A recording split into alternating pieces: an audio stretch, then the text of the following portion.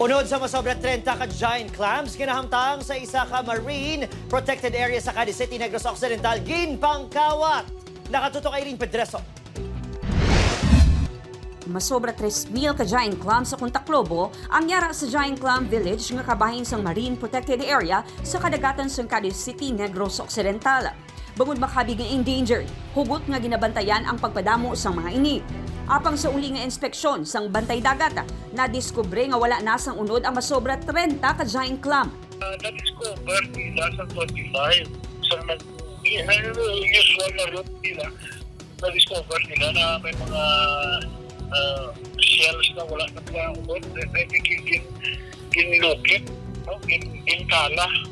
Ang intana ng mga shells. So, kaputi sa darong tubig. Posible suno sa LGU nga ang unod lang sang clams ang target sa mga may kahimuan sini.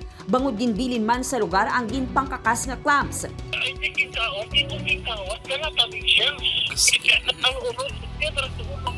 Pero sinigmahal, kinakot nilang ganyan. Na ma-imagine na there are still people na wala appreciate sila, pero wala bigya concern sa environment. Gilayon nga gin-report sang LGU sa otoridad ang insidente. Ginaimbestigaran na kung posible pangayaw ang mga nagkuha sa mga unod sang clams.